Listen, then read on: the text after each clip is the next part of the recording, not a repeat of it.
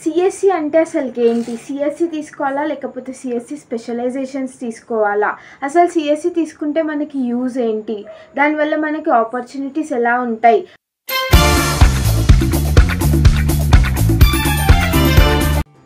Hey guys, welcome back to my YouTube channel and it's me Pranavi. Welcome back to another YouTube video guys.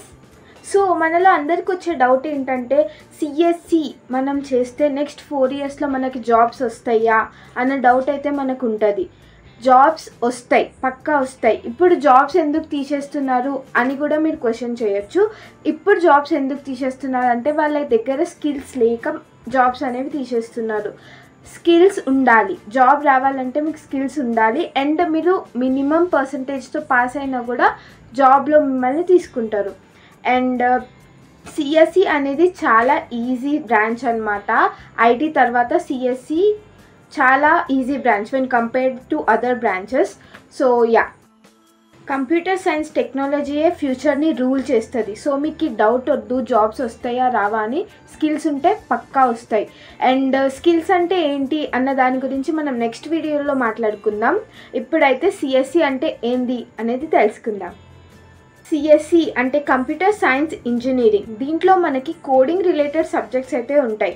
C++, Java, Python ఇలాంటి చాలా coding languages అనేవి మనకి దీంట్లో ఉంటాయి.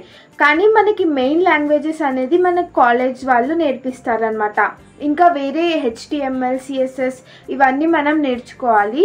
And only coding లాంగ్వేజెసే ఉంటాయా అంటే కాదు. కోడింగ్ కాకుండా మనకి ల్యాబ్స్ ఉంటాయి అండ్ ఇంకా థియరీ సబ్జెక్ట్స్ కొన్ని ఉంటాయి అండ్ మ్యాథ్స్ ఉంటుంది. ఇప్పుడు మనకి సిఎస్సి ఉంది కదా, సిఎస్సి స్పెషలైజేషన్స్ ఎందుకు వచ్చాయి అన్న డౌట్ మీకు రావచ్చు. స్పెషలైజేషన్స్ అంటే artificial intelligence, machine learning and data science, cyber security, computer networkings, computer related business systems అవన్నీ ఎందుకు వచ్చినాయంటే యాక్చువల్గా ఏంటంటే కంప్యూటర్ సైన్స్ ఇంజనీరింగ్ అనేది కోర్ బ్రాంచ్. ఎట్లా అంటే ఇది ఒక మదర్ బ్రాంచ్. వీటికి కింద ఉంటాయి ఈ స్పెషలైజేషన్స్ అనేవి. బట్ ఈ స్పెషలైజేషన్స్లో మీ అందరికి ఒక డౌట్ అయితే వస్తుంది, only computer science engineering related specialization నేర్పిస్తారా లేకపోతే కంప్యూటర్ సైన్స్ ఇంకా ఇది ఎక్స్ట్రా నేర్పిస్తారా అని. కంప్యూటర్ సైన్స్ ఒకవేళ మీరు CSD like computer science engineering data science తీసుకున్నారనుకోండి, మీకు కంప్యూటర్ సైన్స్ ఇంజనీరింగ్తో పాటు డేటా సైన్స్ కూడా నేర్పిస్తారు. అండ్ మనం ఒక్కొక్క స్పెషలైజేషన్ గురించి మాట్లాడుకున్నట్టయితే డేటా సైన్స్ అంటే ఏంటి? ఇప్పుడు నువ్వు యూట్యూబ్ వీడియోలో ఫర్ సపోజ్ నా వీడియో చూస్తున్నారనుకోండి, మీకు కింద సజెషన్స్లో కూడా నా వీడియోసే వస్తాయి. అది ఎట్లా పాసిబుల్ అవుతుంది? బికాజ్ మీరు ఒక వీడియో ఓపెన్ చేయగానే దానికి రిలేటెడ్ కోడ్ అనేది ప్రోగ్రామర్స్ రాస్తారు. సో మీకు సజెషన్స్లో అలాంటి వీడియోస్ అనేది వస్తాయి. ఇప్పుడు రీల్స్ కూడా అంతే, మీరు ఫన్నీ చూస్తుంటే ఫన్నీ రీల్స్ వస్తాయి అండ్ మీ ఫ్రెండ్ లైక్ చేసిన రీల్స్ ఏవైతే ఉంటుందో అది మీకు సజెషన్స్లోకి వస్తాయి. అండ్ ఇలాంటివంతా అయ్యేది డేటా బేస్డ్ పైన. సో డేటా సైన్స్ అంటే వీటికి ప్రోగ్రామ్ అనేది రాస్తారనమాట. లాజికల్ థింకింగ్ అనేది చాలా స్పీడ్ ఉండాలి అండ్ 1 సెకండ్లో ప్రోగ్రామ్ అనేది రాసేయాలి. నెక్స్ట్ బ్రాంచ్ వచ్చేసరికి CSAI ఆర్ CSM అంటే artificial intelligence or machine learning. ఈ రెండు ఒకటే.